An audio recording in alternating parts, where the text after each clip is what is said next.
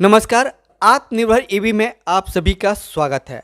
आज हम हैं झीलों की नगरी भोपाल में और आज हम अर्काया मोटर्स क्या है और क्या विजन है और किस तरीके से काम करती है, इसके बारे में हम पूरा डिटेल्स हम प्रतीक अग्रवाल जी से जानते हैं। नमस्कार सर।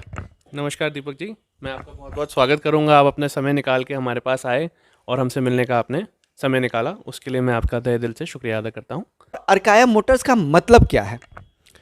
सर, अर्काया मोटर्स सन 2017 में हमने इस्टेब्लिश किया था, जिसको हमने ईवी के क्षेत्र में, इलेक्ट्रिक व्हीकल क्षेत्र में क्योंकि 2017 में इतना ज़्यादा उठाव इस इंडस्ट्री में नहीं आया था। लोग फिर भी डरते थे उस समय कि बैटरी से गाड़ी चल भी सकती है कि नहीं। जब हमने नया नया शुरू किया था तब लोग हमारा मजाक उड़ाते थे, हंसते थे कि आप गलत चीज़ में आ गए, आपने गलत व्यापार शुरू किया है, ये चीज़ सक्सेस नहीं हो पाएगी, ये बहुत बड़ा फ्लॉप प्रोजेक्ट है। लेकिन हम इतनी सारी क्रिटिसिज्म के बावजूद इसमें डटे रहे, करते रहे, क्योंकि हमें भरोसा था, कॉन्फिडेंस था कि ये सक्सेसफुल ज़रूर होगा। और आज ये पूरी मार्केट में जिस तरीके से छाया हुआ है, उसका मुझे एग्जाम्पल देने की ज़रूरत नहीं, आप सबके सामने है।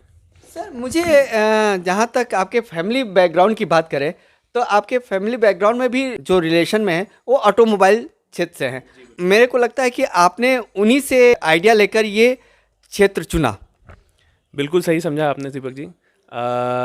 2016 में मैं एक 2016 तक मैं एक इवेंट मैनेजमेंट कंपनी, मुंबई स्थित एक इवेंट मैनेजमेंट कंपनी में मैं जॉब करता था।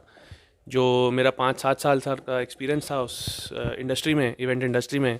और काफ़ी समय से मैं ये चाहता था, क्योंकि मुझे मुंबई रहना पड़ता था और मेरे माता पिता और मेरी फैमिली यहाँ थे, तो मुझे एक ये था कि मुझे कुछ अपने माता पिता के साथ रह के उनकी सेवा करते हुए कुछ अपना कुछ काम करना है। तो मेरे जो मामा जी हैं, उनका दिल्ली में होलसेल स्पेयर पार्ट्स का, टू व्हीलर स्पेयर पार्ट्स का कई साल, लगभग 40-45 वर्षों का अनुभव और एक्सपीरियंस उनका बिज़नेस है इसमें, इस क्षेत्र में होलसेल का। तो उन्होंने मुझे मार्गदर्शन देते हुए मुझे इसमें गाइड किया कि मुझे इलेक्ट्रिक व्हीकल से की जो इंडस्ट्री है उसमें कदम रखना चाहिए, जिसका आगे भविष्य में चल के बहुत अच्छा स्कोप है। तो 2017 में जब हमने इसको शुरू किया तब हम भी थोड़े से डरे हुए थे, थोड़े से इस असमंजस में थे कि कैसे होगा, कैसे चलेगा, कैसे आगे बढ़ना है। कुछ बहुत नहीं था, लेकिन मामा जी की मार्गदर्शन और उनके एक्सपीरियंस हमें काफ़ी काम आया और उनके मार्गदर्शन को हम फॉलो करते गए और इस क्षेत्र में आगे बढ़ते गए।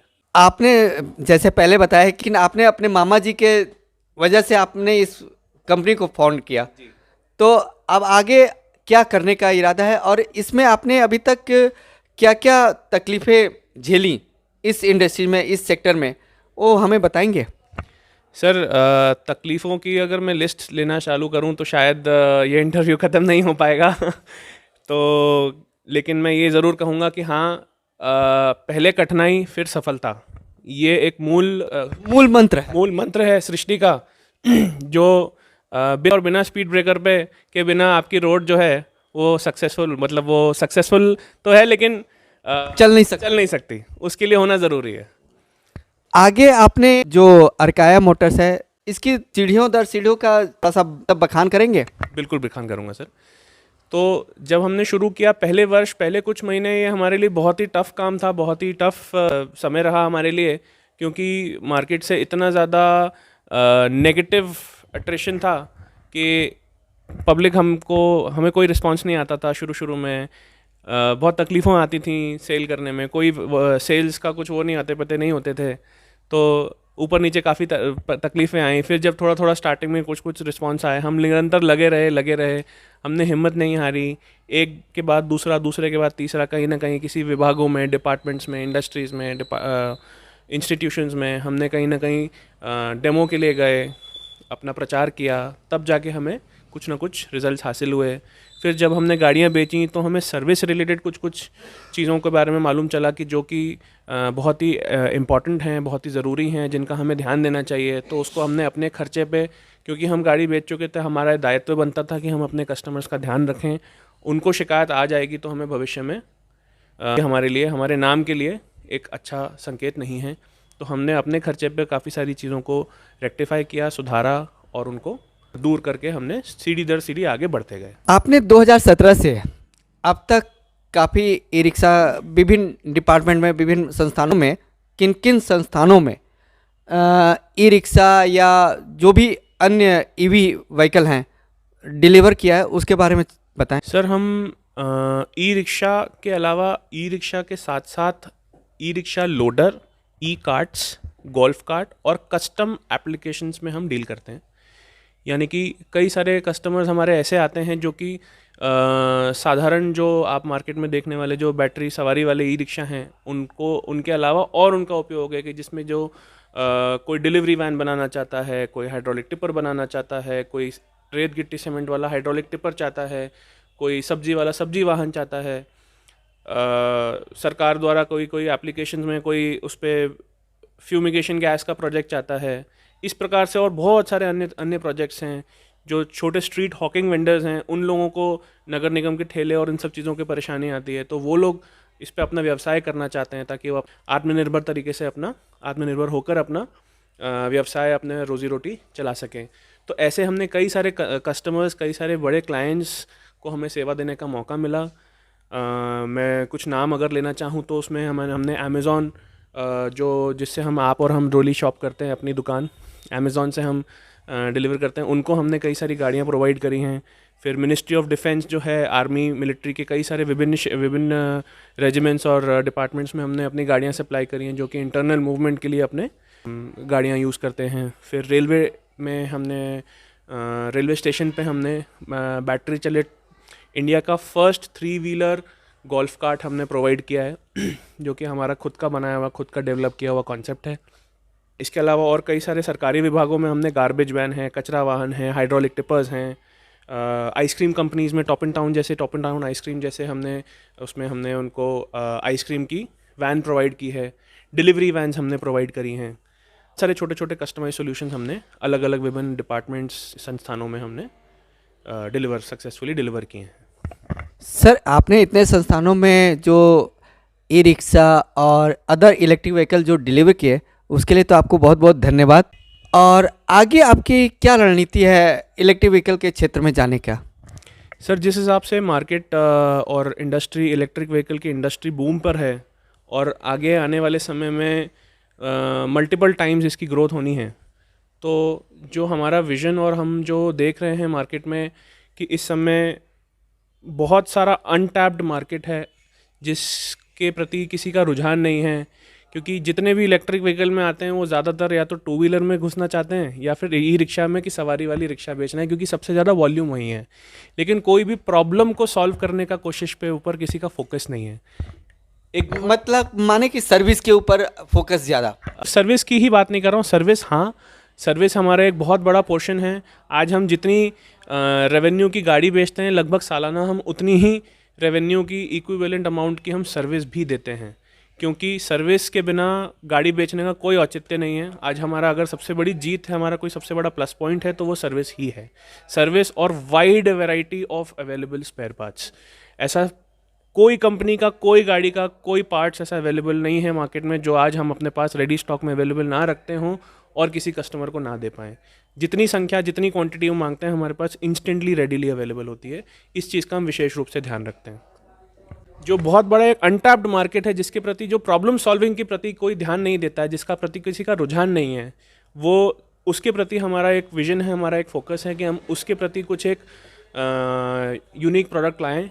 उसके पीछे हमारा अभी डेवलपमेंट भी चल रहा है, हम उसके ऊपर वर्क कर रहे हैं, जिसमें हम ये चाहते हैं कि जो स्ट्रीट वेंडिंग, जो स्ट्रीट हॉकर्स हैं, जो अपना आज की तारीख में एक ठेले पे अपना या किसी प्रकार के कियोस्क पे अपना रोज़ी रोटी कमाता है, कोई अंडे का काम करता है, कोई सब्ज़ी का काम करता है, किसी प्रकार से अपना रोज़ी रोटी चलाता है, उसके लिए उसको सब परेशान करते हैं। उसको नगर निगम परेशान करती है, उसे कोई बैठने नहीं देता, दुकान लगाने नहीं देते। उसके बावजूद वो बेचारा रूखी सूखी अपना जैसे मर्जी करके अपना परिवार का पेट पालता है। उसके लिए हम एक छोटा अफोर्डेबल इलेक्ट्रिक व्हीकल डिज़ाइन कर रहे हैं, उस पर काम कर रहे हैं, जो कि वो अपने और अपने बचाए हुए पैसों से उसको ख़रीद सके और अपना डेली का काम उस पर कर सके, ताकि उसे रोज़मर्रा की जो परेशानियां हैं उसका सामना ना करना पड़े। ये तो बहुत अच्छी बात है। तो आपने ये सोच कर कि स्ट्रीट वेंडर जो सड़कों के किनारे जो दुकानें लगाते हैं उसके विषय में आपने अपनी सोच बना रखी है, तो ये हमारे लगता है कि अभी तक किसी ने सोचा नहीं है इस तरीके का पॉइंट। ये बहुत बड़ी अच्छी बात है। इसमें ये एक छोटा सा योगदान है हमारा जो हम अपनी सोसाइटी के प्रति देना चाहते हैं।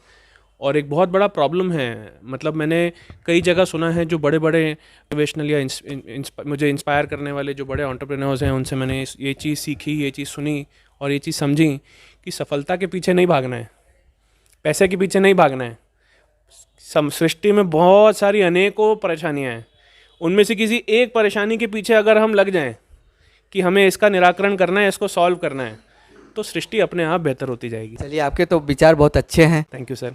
सर, मैं ये एक बात आपसे पूछना चाहता हूँ, जिस तरीके से सरकार का रुझान है आत्मनिर्भर भारत में, और जिस तरीके से मैं आत्मनिर्भर ईवी पर फोकस कर रहा हूँ, उसमें आप कुछ क्या कहना चाहेंगे? सर, मैं सबसे पहले तो सरकार का कोटि कोटि धन्यवाद देना चाहूँगा। मैं उनका आभारी हूँ जो उन्होंने आत्मनिर्भर भारत के प्रति इंस्पायरिंग और काफ़ी वेलकमिंग और प्रोजेक्ट्स और अपने स्कीम्स लॉन्च की हुई हैं, जिसका एक मैं जीता जाता एग्जांपल हूँ आपके सामने। 2015-16 तक मैं एक प्राइवेट जॉब में था, जिसको छोड़कर मैं आज अपना बिजनेस करने की अगर मैंने हिम्मत जुटाई, कोशिश करी, तो वो इस योजना के थ्रू, इस सरकार के एनकरेजमेंट की वजह से, प्रोत्साहन की वजह से, कि सरकार भी चाहती थी कि नए नए एंटरप्रेन्योर्स, नए नए स्टार्टअप्स जनरेट करें। उसी कॉन्फिडेंस, उसी चीज़ को ध्यान में रखते हुए मैंने अपना व्यापार शुरू किया, एक स्टार्टअप किया, जो कि एक नया सेक्टर था मेरे लिए भी और मार्केट के लिए भी। तो वो मैंने रिस्क लेकर के अपना स्टार्टअप किया। चैलेंजेस बहुत आए, उतार चढ़ाव बहुत आए, लेकिन हम डटे रहे।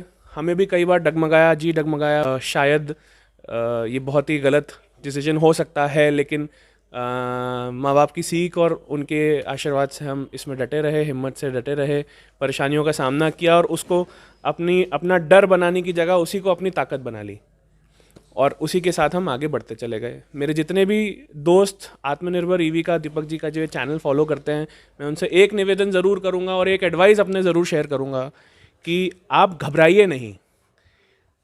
सीधी सीधी सड़क कभी नहीं मिलेगी, ये सृष्टि का नियम है। उतार चढ़ाव आते रहेंगे, सड़क पे गड्ढे भी मिलेंगे, स्पीड ब्रेकर्स भी मिलेंगे, ट्रैफिक भी मिलेगा, गलत तरीके से चलाने वाले दूसरे वाहन वाले भी मिलेंगे, लेकिन डरना नहीं है, टिके रहना है और अपनी हिम्मत बनाए रखें, तो आपको सफलता ज़रूर मिलेगी। इस चीज़ का 100% गारंटी है। धन्यवाद सर, आपका बहुत बहुत धन्यवाद। Thank you very much sir. Deepak ji, मैं आपका फिर से एक बार दोबारा धन्यवाद करना चाहूँगा। आपने अपने बहुत बहुमूल्य कीमती समय में से हमारे लिए समय निकाला, हमसे मिलने इतनी दूर से आप आए और हमारे साथ आज ये मीटिंग, आप इंटरव्यू कर रहे हैं, उसके लिए हम आपका बहुत बहुत आभारी हैं।